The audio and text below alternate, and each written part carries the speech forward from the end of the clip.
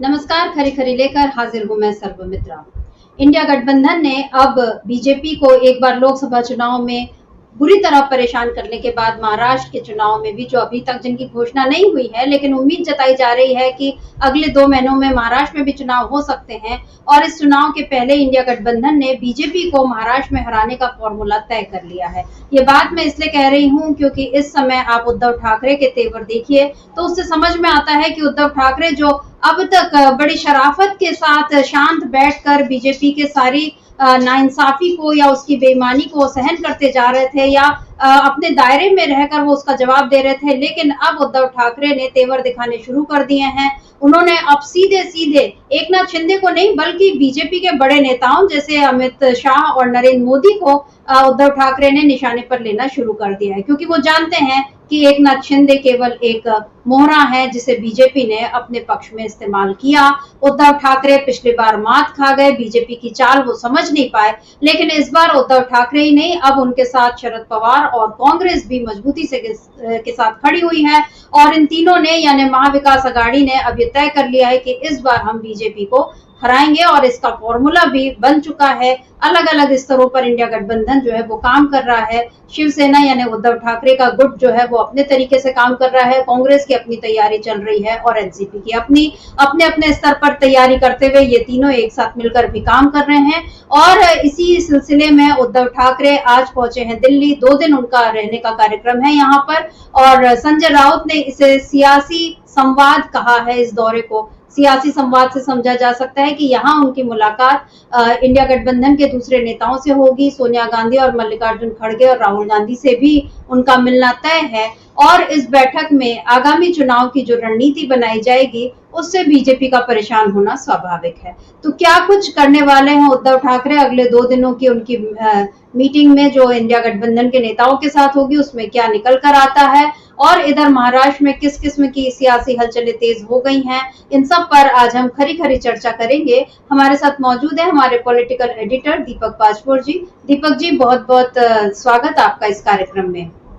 कार्यक्रम को हम आगे बढ़ाएं उसके पहले मैं आप लोगों को सुनाना चाहती हूँ उद्धव ठाकरे का एक बयान जिसने बीजेपी को बिल्कुल हैरान कर दिया कि आखिर उद्धव ठाकरे इस तरह से भी बीजेपी पर हमला बोल सकते हैं। अमित शाह को लेकर उद्धव ठाकरे ने कुछ कहा था, क्या कहा था, इसको सुन लेते हैं।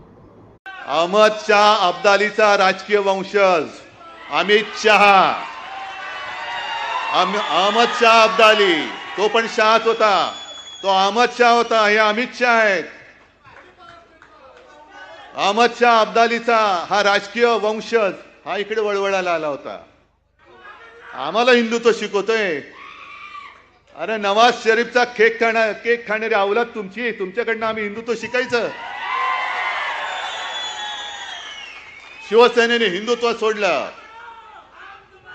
का आम्ही हिंदुत्व सोडू? ये 3-4 दिन पहले का उद्धव ठाकरे का बयान है और इसमें मराठी में उन्होंने यही कहा कि अमित शाह को उन्होंने अहमद शाह अब्दाली यानी पानीपत की तीसरी लड़ाई में मराठाओं को हराने वाला सरदार, अफगान सरदार, और अहमद शाह अब्दाली की तुलना यहाँ अमित शाह से की है। शाह दोनों सरनेम को मिलाकर उद्धव ठाकरे ने एक नया एक राजनीतिक स्टंट जिसको कहते हैं, उन्होंने एक हमला बोला है और इसका सीधा सीधा मकसद यही है कि वो अमित शाह को चुनौती दे रहे हैं कि अगर उन पर उंगली उठाई जाएगी तो वो भी पलटवार करना जानते हैं। और पुणे के एक कार्यक्रम में उन्होंने शिवसेना के कार्यकर्ताओं को संबोधित करते हुए कहा था कि जो लोग नवाज शरीफ के यहाँ केक खाने जाते हैं वो हमको क्या हिंदुत्व सिखाएंगे। दीपक जी, उद्धव ठाकरे की इस शैली पर क्या लगता है, बाल ठाकरे की छाप दिखाई दे रही है? क्योंकि उनका ये बयान आने के बाद 3-4 दिन पहले का बयान है और अभी कैलाश विजयवर्गीय यानी जो खंडवा में, उन्होंने मध्य प्रदेश के नेता है, खंडवा में उन्होंने बयान दिया बाल ठाकरे को लेकर, और इधर गिरिराज सिंह यानी बिहार के जो नेता हैं, सांसद हैं बेगूसराय से बीजेपी के, उन्होंने भी ये कहा।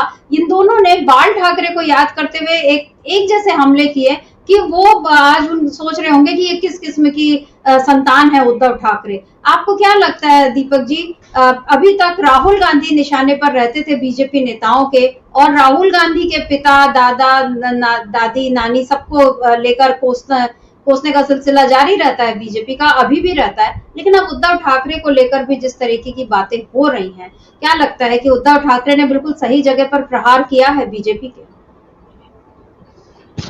सर्वमित्रा जी, ऐसा है कि चूंकि मैंने महाराष्ट्र में लंबे समय पत्रकारिता की और शिवसेना और भारतीय जनता पार्टी को मैंने काफी कवर किया, बाल ठाकरे की सभाओं की। मैंने शिवसेना का उत्कर्ष काल भी देखा है, जब 1995 में उसने सत्ता हासिल की थी। मैंने शिवसेना को टूटते हुए भी देखा है, जब इन्हीं शरद पवार ने छगन भुजबल के नेतृत्व में 16 विधायकों को तोड़कर अपनी सरकार भी बनाई थी, और उसके बाद जो पूरा का पूरा इतिहास बदल गया था महाराष्ट्र का। लेकिन समय का चक्र ऐसे चला है कि एक समय फिर ये आया कि उद्धव ठाकरे के साथ वही विश्वासघात हुआ और भारतीय जनता पार्टी के द्वारा किया गया। भारतीय जनता पार्टी को हमेशा बाल ठाकरे ने हमेशा अपने नीचे दबा कर रखा था। वो साफ कहते थे, उसे भारतीय जनता पार्टी के जो चुनाव चिन्ह है कमल, उसे लेके अक्सर वो व्यंग पूर्वक कहा करते थे कि जो मैं कहूंगा। ये उनका बहुत ही एक जुमला था, कह सकते फ्रेज था। वो हमेशा इसका इस्तेमाल करते थे और उन्होंने हमेशा टर्म्स को जो है वो डिक्टेट किया था, वहां की राजनीति को उन्होंने अपने हिसाब से किया। हालांकि बड़े पैमाने पर शिवसेना की और बाल ठाकरे की अपनी राजनीति से मैं कभी बहुत सहमत नहीं रहा, लेकिन समय के साथ बहुत कुछ परिवर्तन होता है, नेताओं में भी परिवर्तन होता है, राजनीतिक दलों में भी परिवर्तन होता है। बाल ठाकरे और शरद पवार के आपस में कोई बहुत अच्छे ऐसे रिश्ते नहीं थे। हालांकि महाराष्ट्र की राजनीति की एक विशेषता यह है कि वहां पर ज्यादातर पत्रकार, लेखक, राजनीतिक लोग जो है काफी पढ़े लिखे हैं, साहित्यिक अभिरुचियां हैं वहां पर, तो उसके कारण वैसा मनमुटाव हमें सामने नजर नहीं आता जैसे हम बिहार की राजनीति में देखते हैं, उत्तर प्रदेश की राजनीति में देखते हैं, हरियाणा की राजनीति में देखते हैं, वैसा नहीं होता। लेकिन इसके बाद भी दोनों के बीच कभी नहीं बनी, शरद पवार और बाल ठाकरे के बीच में। लेकिन बाल ठाकरे की जो आपने कहा कि लोग अब बाल ठाकरे को याद कर रहे हैं, यहीं से समझिए कि वहां वो एक तरह से मुसीबतों की शुरुआत जो है वो यहीं से होती है। न केवल भारतीय जनता पार्टी की, बल्कि उनके साथ जो शिवसेना का एक धड़ा चला गया एकनाथ शिंदे के अगुवाई में, और दूसरा शरद पवार के भी साथ धोखा हुआ और उनके अपने भतीजे के नेतृत्व में जो है वहां से जो है कई लोगों को तोड़ा गया, उन लोगों को पद दे दिए गए। वापिस अजीत पवार फिर से एक उप मुख्यमंत्री बन गए। हमें वो पूरा का पूरा ड्रामा भी याद है जब राजभवन में हुआ था। आज सुबह 5 बजे शपथ दिलाई गई, फिर कुछ दिनों के बाद जो है वो सरकार उद्धव ठाकरे की गिर गई, वगैरह वगैरह। तो इस प्रकार से आप देखिए कि जहां जहां ऑपरेशन लोटस चला है, जिसको हम कहते हैं भारतीय जनता पार्टी द्वारा विरोधी विचारधारा की सरकारों को गिराने का, उसमें जो सबसे ज्यादा उन्होंने कहीं नुकसान पहुंचाया था तो महाराष्ट्र में पहुंचाया था। वहां पर 2 दलों को तोड़ा उन्होंने, और यहां तक कि सरकार बनाने के लिए उन्होंने अपने पूर्व मुख्यमंत्री को उप मुख्यमंत्री भी बना दिया। मैं देवेंद्र फडणवीस की बात कर रहा हूं कि ये भारत के संसदीय इतिहास में ऐसा हमने कहीं उदाहरण नहीं देखा कि कोई व्यक्ति जो है वो पहले मुख्यमंत्री रहा हो और बाद में वो उप मुख्यमंत्री बना हो, मतलब दूसरे पार्टियों के मुख्यमंत्री के अधीन। हम उदाहरण झारखंड का ले सकते हैं, चंपई सोरेन कुछ समय तक जो है वो मुख्यमंत्री रहे, लेकिन जब हेमंत सोरेन आए तो उन्होंने, लेकिन वो उनकी अपनी पार्टी के अंदर की बात है। ये मैं ऐसी बात कर रहा हूं दलों के अपने उन सहयोगी दलों के साथ। तो ये एक दूसरा मामला था। देखिए, अभी कुछ समय पहले जो लोकसभा का जो चुनाव हुआ था, उसी के साथ साथ जो है आगामी विधानसभा के चुनाव की पटकथा भी जो है वो लिख दी गई है। ये एक साफ संकेत वहां की जनता ने दिया है। वहां के लोगों ने माना है कि उद्धव ठाकरे के साथ जो है वो अन्याय हुआ है। शिवसेना में चाहे लाख बुराइयां हो, लेकिन 2-3 ऐसे वर्ग हैं जिनके बीच उनकी बड़ी गहरी पैठ है। एक पहली बात कि वहां पर का जो मध्यम वर्ग जो है और वहां पर का जो काम करने वाले जो लोग हैं, हालांकि वहां पे कम्युनिस्ट आंदोलन भी बहुत ही जबरदस्त रहा है, हम जानते हैं, समाजवादी आंदोलन वहां पे रहा है।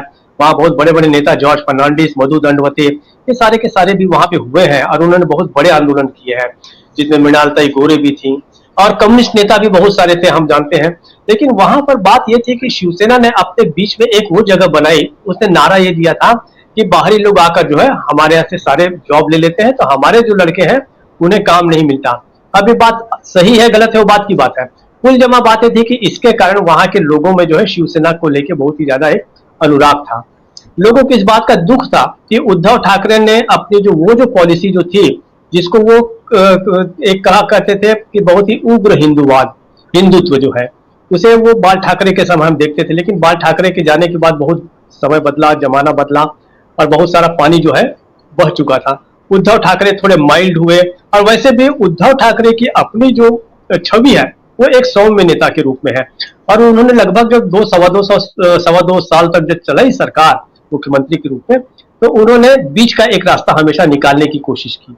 उन्होंने ये कोशिश की कि हमें बहुत ज्यादा उग्र हिंदुत्व भी नहीं चाहिए और बहुत ज्यादा हमें शिवसेना जैसा जो पुरानी परिपाटी थी उनको उन्होंने छोड़ के सबको साथ लेके एक सरकार चलाने की कोशिश की और बाय एंड लार्ज हम कह सकते हैं कि एक अच्छी ही सरकार चलाई थी उन्होंने। प्रशासन भी उन्होंने सुधारा था, काफी कुछ काम किया था उन्होंने, क्योंकि महाराष्ट्र और विशेषकर बंबई ये देश की आर्थिक राजधानी भी है, तो उस राज्य का बहुत ज्यादा महत्व है। इस हिसाब से भी हर कोई चाहता था कि वहां पर सत्ता हमारी होनी चाहिए। अब जो है इनका लोग जो कह रहे हैं कि हमें बाल ठाकरे की याद आने लग गई है उनके इस भाषण से, तो अगर ऐसा है तो आप समझ लीजिए कि भारतीय जनता पार्टी और उनके साथ जो दो धड़े गए हैं, शिवसेना का एक एकनाथ शिंदे वाला और अजित पवार, ये उनके लिए एक तरह से खतरे की घंटी है, अलार्मिंग सिचुएशन है उन लोगों के लिए। क्योंकि एक बार लोगों का ये विश्वास लौट आएगा कि उद्धव ठाकरे जो है बाल ठाकरे की तरह की राजनीति करने पर फिर से आमादा हो गए हैं या उधर उन्होंने कदम बढ़ा दिया। हालांकि वैसा बहुत इसलिए नहीं होगा कि वहां पर शरद पवार भी है, कांग्रेस भी है, लेकिन दूसरा उन्होंने जो इस तरीके से बात की है वो अपनी जगह पे है। इसके अलावा उद्धव ठाकरे ने इंडिया गठबंधन का बहुत अच्छा साथ निभाया है। आपको याद होगा कि कई बार ऐसा भी महसूस हुआ और लोग कहते थे कि हो सकता है वापस से एनडीए में चले जाए, क्योंकि शिवसेना अब भी लोग मानते हैं कि असली शिवसेना अगर कोई है तो वो उद्धव ठाकरे की ही है, चाहे उनको सिंबल उनको चला गया हो, असली नाम उनको चला गया, वो भी शिवसेना के नाम से लिख रहे हैं, लेकिन उद्धव ठाकरे को ही असली राजनीतिक वारिस माना जाता है। तो इस प्रकार से अगर हम ये देखें कि उद्धव ठाकरे ने अपनी जो एकजुटता है वो इंडिया के साथ हमेशा बनाई रखी है, बहुत ज्यादा अप्स एंड डाउन्स में वो हमेशा उनके साथ रहे। आप देखिए हर मीटिंग में वो पहुंचते थे। हेमंत सोरेन के लिए जिस समय दिल्ली में बहुत बड़ी सभा हुई थी, वहां उन्होंने जाके कल्पना सोरेन को कहा कि हमारी बहन है, हम इसके साथ हैं, उसके बारे में, और अरविंद केजरीवाल की पत्नी के बारे में। तो उद्धव ठाकरे ने अपनी जगह उन लोगों में भी बनाई है जो शिवसेना का वैसा एक तरह से जाना माना जो अपना जो एक शिनाख्त किया हुआ जो वर्ग था, उसके अलावा उन्होंने अपने को और विस्तार दिया है, लोग आज जाने लगे हैं। तो वहां पर मुझे ऐसा लगता है कि उद्धव ठाकरे का नेतृत्व एक तरह से अभी भी जब विधानसभा का चुनाव होगा तो उद्धव ठाकरे ही मुख्यमंत्री का चेहरा रहेंगे, वही सबके लिए फायदेमंद है। और लोकसभा में आप देखिए कि लोकसभा में सबसे ज्यादा सीटें जो है कांग्रेस को मिली है, जबकि कांग्रेस की वहां पर कोई बहुत अच्छी पोजीशन नहीं थी, लेकिन कांग्रेस भी वहां पे लौट आई है, क्योंकि कांग्रेस का भी वो गढ़ रहा है जो महाराष्ट्र है, हमेशा वहां कांग्रेस की लगातार सरकारें रही है। आपको एक बात और ध्यान दिला दूं सर्वमित्रा जी कि भारतीय जनता पार्टी की अपनी सरकार वहां पर कभी भी नहीं रही है। कभी भी ऐसा आप कहिए कि उनका अपना मुख्यमंत्री उनके अपने बिना किसी के समर्थन के वो कभी भी नहीं रहा है। तो अब देखना यह है कि उद्धव ठाकरे यहाँ पर दिल्ली में आके क्या करेंगे, लेकिन हम एक अनुमान जो अब लगा रहे हैं कि वो इन चीजों को पूरी की पूरी रूपरेखा बनाएंगे। 20 तारीख को शायद वहां पर फिर से जो बहुत बड़ा कार्यक्रम वहां पर होने जा रहा है मुंबई में राजीव गांधी को लेके, क्योंकि राजीव गांधी का जन्म जो है वो मुंबई में ही हुआ था, तो वही बहुत महत्वपूर्ण जगह है। और फिर आप याद कीजिए कि जब उन्होंने दूसरी यात्रा निकाली राहुल गांधी ने, तो उसका समापन जो है वो 17 तारीख को किया था, 18 मार्च को, क्योंकि चुनाव घोषित हो गए थे तो उन्होंने 2 दिन पहले खत्म किया, और भी मुंबई में ही खत्म किया। और अंतिम बात, इस समय जो सामाजिक न्याय की सबसे बड़ी लड़ाई जो कांग्रेस लड़ रही है, और उसके साथ दोनों समर्थक भी है, शरद पवार भी है, उद्धव ठाकरे भी है, तो महाराष्ट्र उसी सामाजिक न्याय की सबसे बड़ी लड़ाई है जहां सबसे ज्यादा सामाजिक सुधार हुए, और वहां पे डॉक्टर बाबा साहब अम्बेडकर की भी जगह है। तो इस प्रकार से एक तरह से सामाजिक न्याय की लड़ाई को ही अंतिम रूप दिया जाएगा ऐसा मुझे लगता है। और जहां तक इसकी बात है कि सीटों का बंटवारा, तो मुझे लगता है कि महाराष्ट्र में बहुत ज्यादा समस्या वहां पर नहीं आएंगी। सर्वमित्रा जी। जी बिल्कुल, सीटों का बंटवारा और इस पर कांग्रेस और इंडिया गठबंधन के बाकी दल जो हैं उनकी तैयारी भी शुरू हो गई है।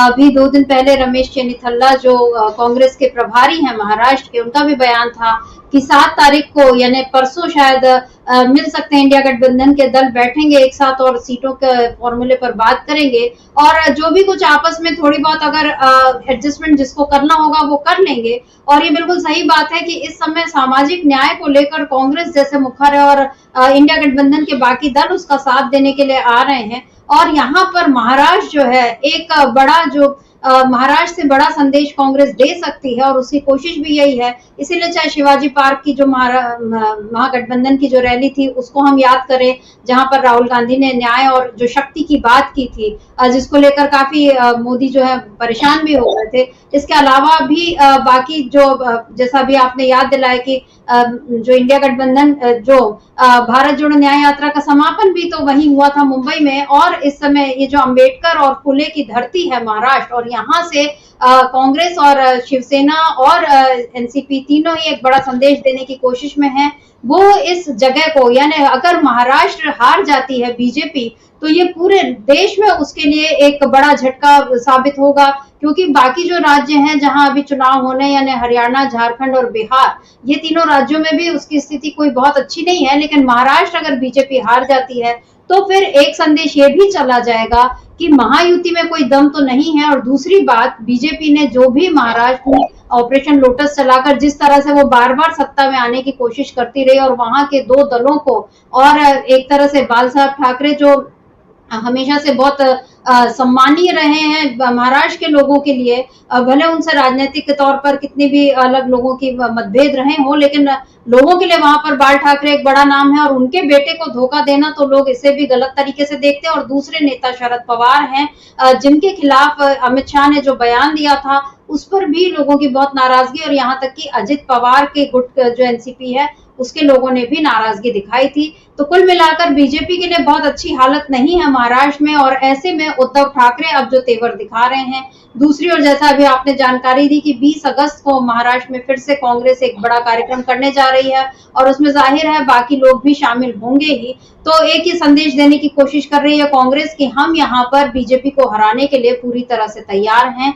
इस बीच सीट शेयरिंग को लेकर भी बात चल रही है, और कांग्रेस का लक्ष्य क्या है इसको लेकर नाना पटोले जो कांग्रेस के नेता है महाराष्ट्र के, उन्होंने एक महत्वपूर्ण बयान दिया है। दीपक जी, क्या है उस बयान को हम सुन लेते हैं, फिर हम इस चर्चा को आगे बढ़ाते हैं।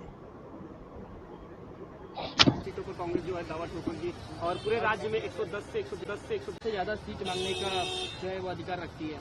देखो, हमारा एक ही उद्देश्य है कांग्रेस का कि महाराष्ट्र का स्वाभिमान बेचने वाली जो सरकार आज महाराष्ट्र में है उसको सत्ता से परास्त करना, यही हमारा कांग्रेस का उद्देश्य है। और उसके लिए महाविकास आघाड़ी करके ये चुनाव के सामने हमें जाना है। जगह का सीट शेयरिंग का कोई इश्यू जो है वो जब हम लोग तीनों लोग बैठेंगे तब इस पे पूरी चर्चा होगी, और चर्चा के माध्यम से उसमें रास्ता बनाया जाएगा। सुचारू रूप से महाविकास आघाड़ी महाराष्ट्र में सीट शेयरिंग में सफलता से उसको पूरा करेगी।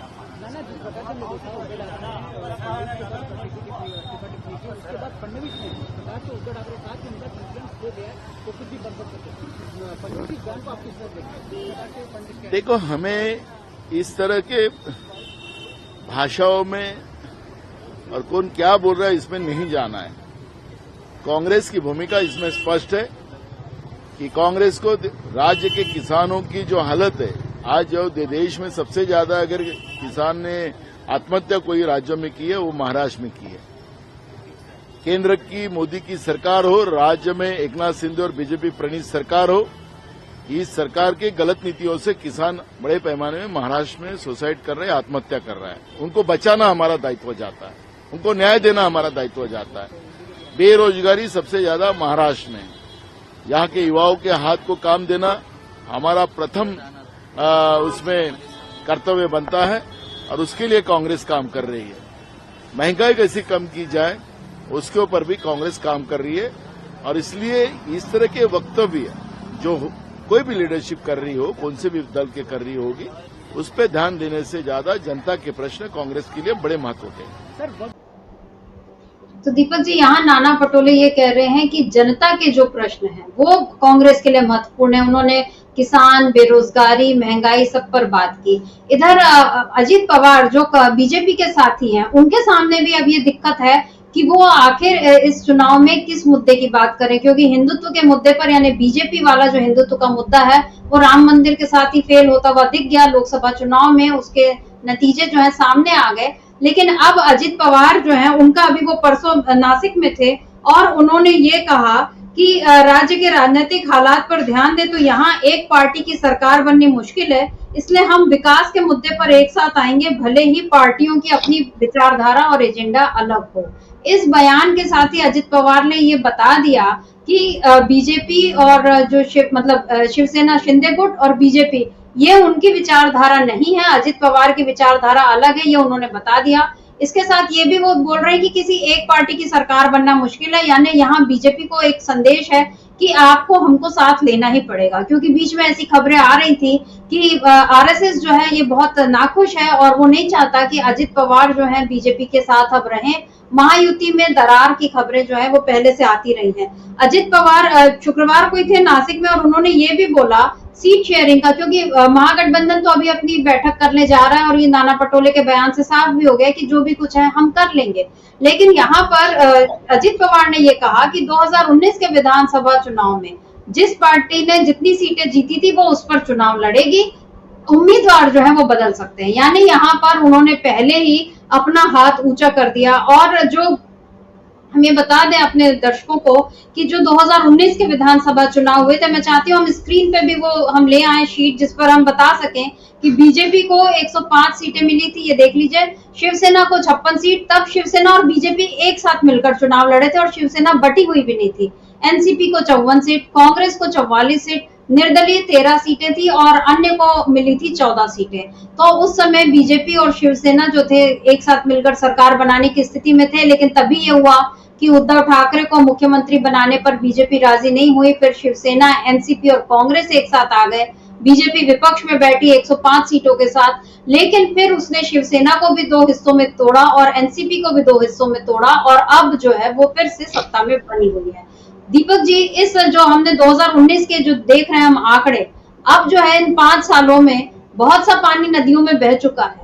अब क्या लगता है आपको, अजित पवार जो अपना बता रहे हैं, इधर एकनाथ शिंदे भी, क्योंकि उनको 56 सीटें तो, लेकिन उस पर अब वो ये देखेंगे कि उनके गुट के कितने लोग हैं, तो वो उतनी सीटें तो चाहेंगे, उससे ज्यादा भी चाहेंगे क्योंकि वो मुख्यमंत्री हैं और उनको ऐसा लगता है कि मैं फिर से मुख्यमंत्री बन सकता हूँ। इधर बीजेपी भी अपने दावे जो है वो कम नहीं करेगी। क्या लगता है आपको कि क्या महायुति जो है ये अपने ही अंतर विरोधों का शिकार हो जाएगी और महागठबंधन जो है इन अंतर विरोधों का फायदा उठाकर सत्ता पर काबिज होगी? यहाँ पर एक चीज और बता दूं कि राज ठाकरे, जिनको लोकसभा चुनाव में बीजेपी ने साथ लेने की कोशिश की, लेकिन आज ही उन्होंने अपने 2 उम्मीदवारों की घोषणा कर दी है।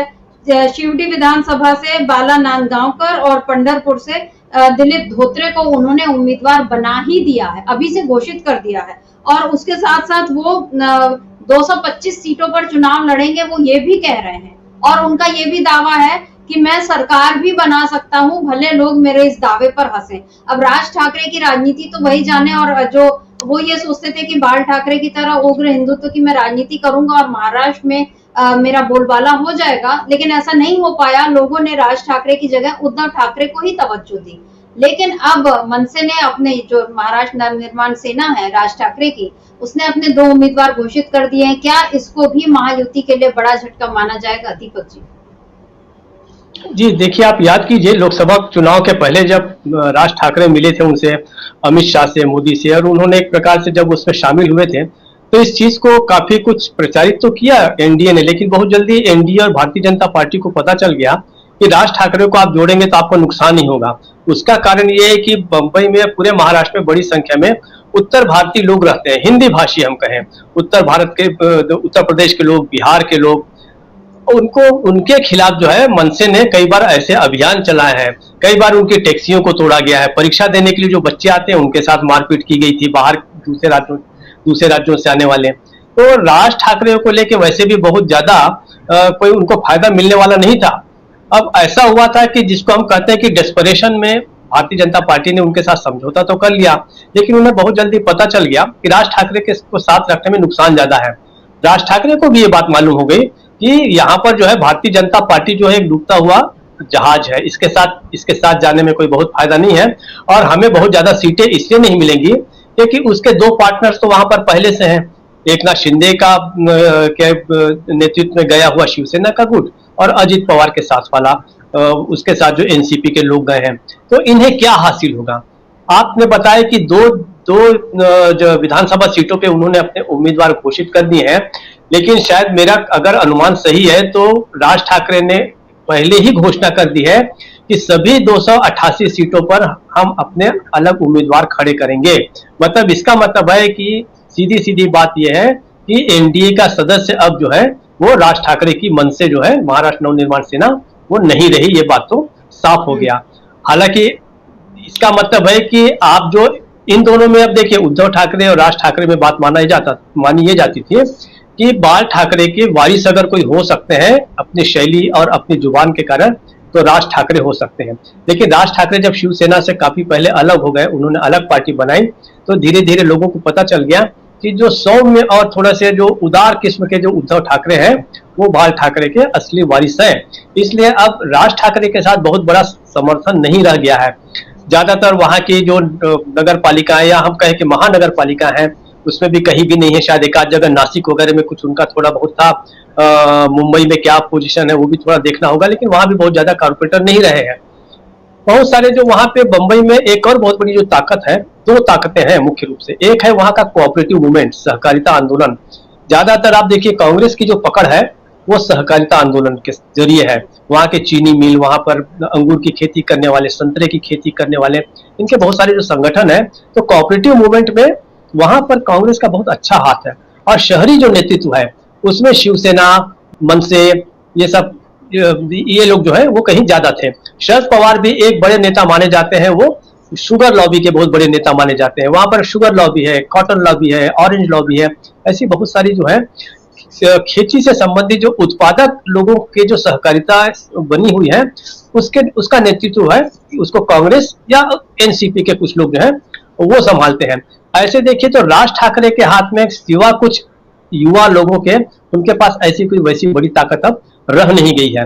लेकिन ये बात जरूर है कि अगर वो वहां पर गए हैं, अपने अलग उम्मीदवार खड़े कर रहे हैं, तो कहीं कहीं नुकसान जो है वो एकनाथ शिंदे के गुट के शिवसेना वाले जो है उन्हीं का करेंगे। इनमें जैसे बाला नांदगांवकर जो है शिवड़ी बंबई से जो चुनाव लड़ रहे हैं, ये वो व्यक्ति हैं जिन्होंने सबसे पहले जो है छगन भुजबल को हराया था, उन्हीं के घर में जाकर हराया था, तो एक बड़ा नाम थे। लेकिन देखने वाली बात अब ये है कि विधानसभा का देखिए, अब पहली बार जो विधानसभा का चुनाव ऐसा होने जा रहा है कि इसमें भारतीय जनता पार्टी को अगर पूछा जाए कि आप किस लिहाज से आप चुनाव लड़ने जा रहे हैं, क्या आप अभी जैसी सरकार है, क्या आप एकनाथ शिंदे को मुख्यमंत्री बनाने और अजीत पवार को ही उप मुख्यमंत्री बनाने और अपने किसी व्यक्ति को भी दूसरा उप मुख्यमंत्री बनाने के लिए क्या विधानसभा का चुनाव लड़ रहे हैं? तो शायद नहीं, क्योंकि अब जो है ये तो 2 साल 2.5 साल का स्टॉप गैप अरेंजमेंट था। कुछ दिनों के लिए उन्हें इस प्रकार की एक सरकार बनानी थी। क्या मेरी आवाज आ रही है आपको? जी जी जी आ रही, जी आ रही जी आवाज आ रही मेरी? जी जी। तो अब उस समय तो क्या हुआ था कि जी उस समय ऐसा हुआ था कि किसी प्रकार से इस सरकार को गिराकर, उद्धव ठाकरे की सरकार को गिराकर आपको अपनी सरकार बनानी थी। लेकिन अब आप जो चुनाव लड़ने जा रहे हैं वो अपना मुख्यमंत्री बनाने के लिए चुनाव लड़ेंगे। तो सारे के सारे समीकरण जो है वो बदल गए हैं। क्या एकनाथ शिंदे और अजीत पवार क्या भारतीय जनता पार्टी का मुख्यमंत्री बनाने के लिए चुनाव में जाएंगे? मुझे लगता है कि शायद नहीं जाएंगे, क्योंकि दूसरी बात, अजीत पवार के प्रति तो राष्ट्रीय स्वयंसेवक संघ में भी नाराजगी है। आरएसएस में वहां पर एक पत्रिका जो है, शायद विवेक जो उनकी एक पत्रिका है, उसमें छपा था कि आरएसएस भारतीय जनता पार्टी ने बड़ी गलती की है जो अजीत पवार जैसे भ्रष्ट व्यक्ति को अपना पार्टनर बनाया है और इसका नुकसान होगा। ये पहले ही आरएसएस इनको चेता चुका है और ये बात अब सामने जाएगी। दूसरी बात, शिंदे के बारे में कहा जा रहा है कि वो भी वापसी का रास्ता तलाश रहे हैं। बीच बीच में खबरें आती हैं कि शिंदे के कुछ लोग जो हैं वो शिवसेना उद्धव ठाकरे ग्रुप के संपर्क में है, ये भी कहा जाता था। दूसरी बात, अजीत पवार भी कब अपने चाचा के पास लौट जाए नहीं कहा जा सकता, क्योंकि अजीत पवार के साथ चुनाव लड़ने में बहुत ज्यादा नुकसान होगा भारतीय जनता पार्टी को। विशेषकर बीजेपी और आरएसएस का जो थिंक टैंक है वो इसे लेके बहुत ज्यादा जो है वो नाराज है। 2 और मुद्दे बहुत बड़ा वहां काम करने जा रहे हैं। पहला जो है वो है धारावी। वहां पर जो धारावी का जो मामला है, धारावी के पुनर्विकास का जो मामला है वो दिया जा रहा है अदानी को, आपको याद होगा। तो वो जो प्रोजेक्ट है 1985-86 में राजीव गांधी जिस समय प्रधानमंत्री थे, तो धारावी को पूरा उसका पुनर्निर्माण करने के लिए उन्होंने एक बहुत बड़ा कार्यक्रम लाया था, जिसे PMDP कहा जाता था, prime minister development project. Unfortunately उसके बाद राजीव गांधी बहुत लंबे समय तक नहीं रहे, उसके बाद डॉक्टर मनमोहन सिंह ने भी उसको लाने की कोशिश की 2011-12 में, लेकिन वो नहीं हुआ। अब जो है कहा जा रहा है कि पूरा का पूरा धारावी को रीडेवलपमेंट करने का काम जो है वो जाने वाला है अदानी के पास। अगर ऐसा होता है तो आप कल्पना कर सकते हैं कि धारावी जो है उसे पूरे बंबई का दिल कहा जाता है। वहां पर ऐसा कोई भी प्रदेश नहीं हिंदुस्तान का जहां के लोग वहां पे न बसते हो। धारावी जो दुनिया की दूसरी सबसे बड़ी झोपड़पट्टी कहलाती है, वहां पर जो है वहां पर दक्षिण भारत के लोगों ने आना शुरू किया, लेकिन वहां उत्तर भारतीय बहुत बड़े पैमाने पर रहते हैं, महाराष्ट्रियन रहते हैं, ऐसा कोई समुदाय नहीं है। या उसके आसपास बड़ी संख्या में पंजाबी रहते हैं, साउथ इंडियंस रहते हैं, सब रहते हैं। अगर धारावी को आप डिस्टर्ब करते हैं, वहां के लाखों लोगों को अगर आप डिस्प्लेस करते हैं, देखिए अदानी जी का काम तो ये रहेगा कि सबसे पहले उजाड़ेंगे, वो पुनर्वास तो बाद में करेंगे। तो ऐसा होता है तो लोग जान चुके हैं कि इसके कारण जो है बहुत मुश्किल होगी। ये शिवसेना का भी प्रोजेक्ट था। शिवसेना 1995 में जब चुनाव जीती थी तो उसका सबसे बड़ा वादा यही था कि हम धारावी का पुनर्निर्माण करेंगे, धारावी में एक भी गटर नहीं बहेगा, धारावी में एक भी झोपड़पट्टी नहीं रहेगी। लेकिन उसके पास कोई बहुत अच्छी योजना नहीं थी, तो काम भी आगे नहीं बढ़ पाया। दूसरा, गोरेगांव का जो प्रोजेक्ट है, वहां पर जहां पे गोरेगांव का जो फिल्म सिटी वाला जो प्रोजेक्ट है, जहां पे वहां पे भी बहुत बड़े पैमाने पर पर्यावरण का नुकसान हो सकता है अगर अदानी को प्रोजेक्ट दिया जाए तो, उसका बहुत बड़ा विरोध हुआ था और उद्धव ठाकरे ने उस प्रोजेक्ट को जो है शेल्फ कर दिया था, उसे बस्ते में बांध के बंद कर दिया था। अब जो है शिवसेना और जो भारतीय जनता पार्टी है वो चाहती है कि फिल्म सिटी प्रोजेक्ट जो है उसको भी फिर से लाया जाए, और अगर ये भी जाता है अदानी को या ऐसे ही किसी बड़े उद्योगपति को, तो लोगों को पहले से आशंका है कि इससे पूरी की पूरी बंबई जो है वो तहस नहस हो जाएगी, लोगों का जीवन जो है वो अस्त व्यस्त हो सकता है। तो इन दो बड़े कारण आर्थिक हैं या विकास संबंधित हैं, इसके कारण भी बीजेपी को बहुत बड़ा दिक्कत हो सकती है इस चुनाव में। तो मुझे ऐसा लगता है कि इन सब चीजों के आधार पर कांग्रेस और शिवसेना उद्धव ठाकरे ग्रुप और शरद पवार ये एकजुट है, और इसी के आसपास आप देखिएगा कि भारतीय एनडीए का जो है महाविकास आघाड़ी का जो घोषणा पत्र है इंडिया का, वो इसी के आसपास रचा जाएगा। और ग्राउंड पर जो है वो इन तीनों, खासकर उद्धव ठाकरे, शरद पवार और कांग्रेस के नेता, और उसमें हो सकता है कि राहुल गांधी खुद कोई बड़ी भूमिका निभाए, और इसके जरिए जो है पार पाना जो है इस एनडीए के लिए वहां पर बहुत मुश्किल होगा। तो इस समय एडवांटेज आप कहिए तो महाराष्ट्र में जो है वो इंडिया को है। चर्चा देखिए, वो तो चार राज्यों में चुनाव है, लेकिन सबसे ज्यादा महत्व इस समय महाराष्ट्र के चुनाव को दिया जा रहा है, बिल्कुल वैसे ही जैसे हम अक्सर उत्तर प्रदेश के चुनाव को देते हैं। तो महाराष्ट्र का चुनाव दिलचस्प भी है और बहुत ही महत्वपूर्ण हो गया है। सर्वमित्रा जी। जी बिल्कुल, दिलचस्प होने के साथ साथ महत्वपूर्ण इसलिए क्योंकि अगर महाराष्ट्र बीजेपी हार जाती है तो फिर ये तय है कि उसकी जो केंद्र में सरकार है उसके लिए भी एक संकट पैदा हो जाएगा।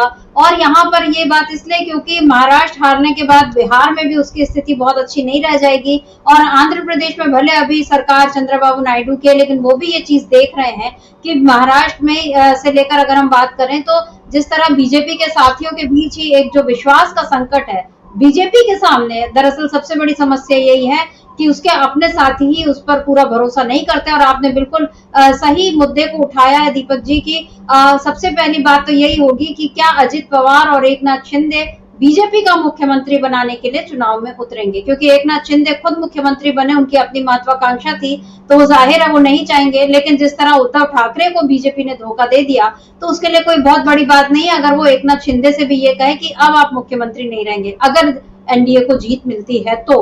लेकिन उसके आसार बहुत कम दिखाई दे रहे हैं। और महाराष्ट्र में इस समय एक जो सर्वे पहले आया था बीजेपी का, जिसमें आंतरिक सर्वे था, जिसमें उसने खुद को ही कम सीटें दी थी। अब एक दूसरा सर्वे ये आया है जिसमें मुंबई में 36 सीटें जो है मुंबई में, उसमें एनडीए को बिल्कुल मिल रही हैं 13 सीटें और महाविकास आघाड़ी को मिल रही हैं 17 सीटें। यानी मुंबई शहर में भी आगे दिख रही है महाविकास आघाड़ी। ये बीजेपी के लिए एक बुरी खबर है। और अब जो है एक चर्चा ये भी है कि मुंबई यूनिवर्सिटी के जो सीनेट के चुनाव हैं वो 22 सितंबर को होने वाले हैं। कल से उनके लिए नामांकन की प्रक्रिया शुरू है और पिछले सीनेट चुनाव में अविभाजित शिवसेना का कब्जा था, यानी उद्धव ठाकरे का वहां पर दबदबा था, लेकिन अब जो है वहां पर शिवसेना एकनाथ शिंदे गुट भी अब अपनी किस्मत आजमाने जा रहा है। पिछले साल चुनाव नहीं हो पाए थे क्योंकि बीजेपी के जो नेता हैं, अध्यक्ष हैं आशीष शेलार, उनकी शिकायत पर इसको स्थगित कर दिया गया था। लेकिन अब जो है 13,000 वोटर हैं वहां पर, ग्रेजुएट वोटर्स, और वो जो हैं वो तय करेंगे कि कौन जो है सीनेट में आएगा। और इसमें एक मुकाबला होगा उद्धव गुट का और दूसरा जो है शिवसेना एकनाथ शिंदे गुट। अब इसमें माना यह जा रहा है कि उद्धव ठाकरे का ही दबदबा अभी भी कायम है। अगर उद्धव ठाकरे यहाँ पर जीत जाते हैं तो ये भी बीजेपी के लिए एक बड़ा झटका रहेगा, क्योंकि इससे समझ में आएगा कि महाराष्ट्र में अभी भी लोग जो हैं वो उद्धव ठाकरे के पक्ष में हैं। और इधर एक खबर और है दीपक जी की देवेंद्र फडणवीस, जिनके बारे में अभी आपने बताया कि ये पहली मिसाल है कि मुख्यमंत्री बनने के बाद उप मुख्यमंत्री बने।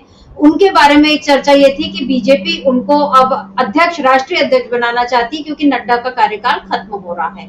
लेकिन देवेंद्र फडणवीस क्या राष्ट्रीय अध्यक्ष बनने तैयार है, या अभी उनको ऐसा उम्मीद है कि महाराष्ट्र में ही मेरे राजनीतिक भविष्य मेरा यहीं पर टिका हुआ है? वो कल पहुंचे नागपुर अपने घर, मतलब जो उनका गृहनगर है, और वहां उन्होंने संघ के पदाधिकारियों से काफी देर तक मुलाकात की। पिछले महीने भी उनकी भागवत जी से मुलाकात हुई थी। इन मुलाकातों से ये समझा जा रहा है कि देवेंद्र फडणवीस अब अपने लिए संघ को, मतलब ताकि संघ उनको आगे करे। आपको क्या लगता है दीपक जी, क्योंकि अभी खबरें ये भी थी कि मोहन भागवत जो है वो बीजेपी यानी मोदी से नाराज चल रहे हैं। ऐसे में देवेंद्र फडणवीस का एक पिछले महीने भी भागवत से मिलना, फिर इस महीने जाकर वापस उनसे मुलाकात करना, और तब जबकि चुनाव सिर पर हैं और राष्ट्रीय अध्यक्ष के लिए भी घोषणा होनी है। क्या लगता है देवेंद्र फडणवीस अपने लिए कोई अलग मांग कर सकते हैं, या बीजेपी के भीतर ही विरोध होगा और इधर एकनाथ शिंदे और अजित पवार भी अलग हो जाएंगे? क्या बीजेपी किसी बड़े बिखराव की ओर बढ़ रही है?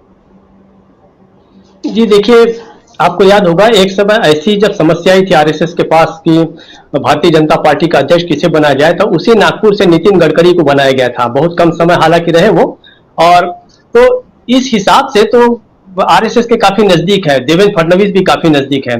पिछले समय जो बीजेपी के जब वो मुख्यमंत्री बने महाराष्ट्र के ही, तो उनका एक सबसे बड़ा क्राइटेरिया यही था कि उसके पीछे इनका समर्थन था। लेकिन अभी जो है, अगर उन्हें अध्यक्ष बनाया जाता है, मुझे इसके चांस फिलहाल बहुत उसके कम लग रहे हैं, क्योंकि ऐसा है कि अगर आप उन्हें वहां महाराष्ट्र से हटाते हैं मुख्यमंत्री के रूप में, तो वहां पर, या अभी तो उप मुख्यमंत्री है, लेकिन उनका मुख्यमंत्री के रूप में चेहरा अगर आप हटा देते हैं वहां से, तो एक बड़ा संदेश ये जाएगा कि भारतीय जनता पार्टी के पास वहां पर कोई मुख्यमंत्री का चेहरा नहीं है। तो भारतीय जनता पार्टी किसे वहां पर मुख्यमंत्री का चेहरा बनाएगी, अभी ये बहुत ज्यादा स्पष्ट नहीं हुआ है। फिलहाल उन्हें उस लेवल का ऐसा कोई भी नेता नहीं वहां पर नजर आ रहा है जो इन दोनों दलों को साथ लेकर चल सके, एकनाथ शिंदे को भी लेकर चल सके और अजित पवार को भी साथ ले सके। क्योंकि देवेंद्र फडणवीस ने अपनी सबसे बड़ी विशेषता ये बतला दी है कि मैं सर झुकाकर कहीं भी काम कर लेता हूं। लेकिन मुझे नहीं लगता कि इस प्रकार का कोई दूसरा व्यक्ति भारतीय जनता पार्टी में इतना अपमानित होकर शायद ही काम करने के लिए तैयार होगा कि किसी और को मुख्यमंत्री बनाने के लिए वो काम करने के लिए राजी होगा। वहां पर सबसे बड़ी चीज ये है कि एक बहुत की इश्यू जो है, प्रमुख मुद्दा वहां पर यही रहेगा तीनों दलों के बीच, एनडीए के, कि मुख्यमंत्री कौन बनेगा। इसे ही लेकर वहां पर जो कुछ होना है गड़बड़, वही होने जा रहा है। जैसा मैंने बताया कि पहले तो ऐसा था कि चलिए पहले उद्धव ठाकरे की सरकार को गिराया जाए, फिर आगे देखेंगे, तो जिसे हम कहते हैं कि अस्थायी व्यवस्था थी। लेकिन अब जो विधानसभा चुनाव होने जा रहा है वो तो स्थायी व्यवस्था होगी। वहां पर जिस दिन भी चेहरा घोषित हो जाएगा, किसी का भी, कोई भी कर दे, यहाँ तक कि एकनाथ शिंदे भी अपना चेहरा घोषित कर दे, अजित पवार कर दे कि हम मुख्यमंत्री बनेंगे, आइए मिलकर चुनाव लड़ते हैं, उसी दिन एनडीए के अंदर बिखराव हो जाएगा। और यहाँ तक कि मुझे लगता है कि अगर बीजेपी भी अपना कोई चेहरा घोषित करे तो ये सारे के सारे बाकी दोनों दल जो है वो छिटक जाएंगे उनसे, क्योंकि आपने एकनाथ शिंदे को मुख्यमंत्री बनाकर एक गलत परंपरा तो डाल ही दी। अब कोई भी इससे कम पर राजी नहीं होगा। दूसरी बात, अजित पवार भी कहेंगे कि मैं इतने लंबे समय तक मैं उप मुख्यमंत्री ही क्यों रहूं, जितनी ताकत एकनाथ शिंदे की है उतनी ताकत मेरी भी है, तो अब की आप मुझे मुख्यमंत्री बनाइए।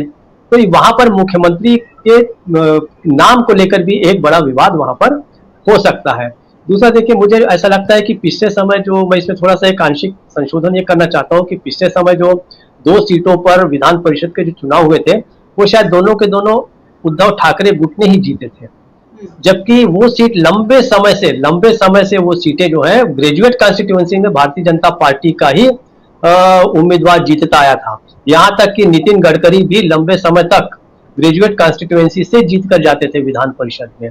तो इस समय जो वहां भी उनका दबदबा है, तो उसका कारण है कि ग्रेजुएट कॉन्स्टिट्यूएंसी जो है वो युवाओं की कॉन्स्टिट्यूएंसी है।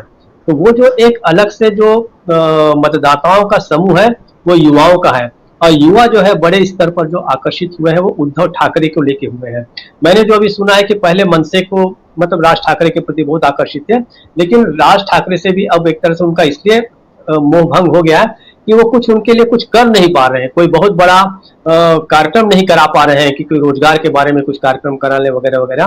तो अब मुझे लगता है कि जो युवा जो है वो बड़े पैमाने पर जब शिफ्ट होएगा, वो वोट बैंक जो है वो उद्धव ठाकरे के ही साथ आएगा। तो ये 2-3-4 जो इश्यूज हैं, इन्हीं इश्यूज के आधार पर ये लड़ा जाएगा जो अगला चुनाव।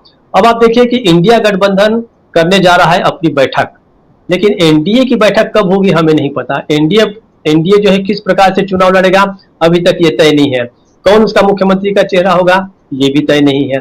किन मुद्दों पे लड़ा जाएगा ये तय नहीं है। तो एक तरफ अनिश्चितता है एनडीए में, और दूसरी तरफ जो है वो एक तरह से पूरा का पूरा पहुंच चुके हैं, एक नतीजों पर पहुंच चुके हैं कि हमें किस प्रकार से चुनाव लड़ना है। तो अगले 2 दिनों में जो ये जो बैठक होने जा रही है इंडिया की महाराष्ट्र के चुनाव को लेकर, मुझे ऐसा लगता है कि जो छोटे मोटे जो चीजें हैं कुछ सीटों के बारे में हो सकता है, मैं जानता हूं कि कुछ सीटें महाराष्ट्र में ऐसी भी हैं कि जहां पे शिवसेना उद्धव ठाकरे भी गुट का दबदबा है, या वहां पे शरद पवार की इनका भी है।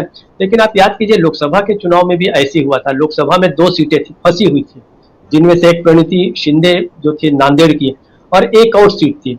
लेकिन एक बार बैठने के बाद लोकसभा की सीटों का जो है वो एक तरह से वो हो चुका, मतलब उन्होंने उसको बहुत सहज ढंग से निपटा दिया था और तय कर दिया था कि यहाँ से ये लड़ेंगे, यहाँ से ये लड़ेंगे।